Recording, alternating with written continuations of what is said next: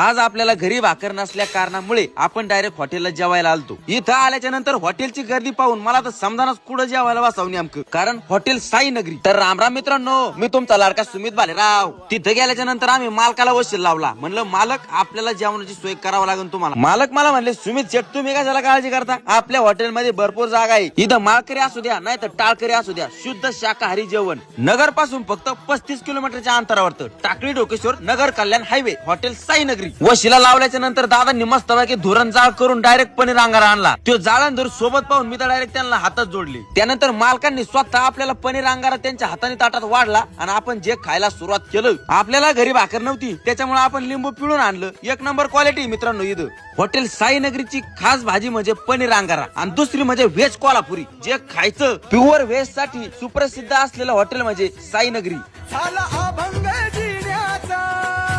आमचे कार्यकर्ते तर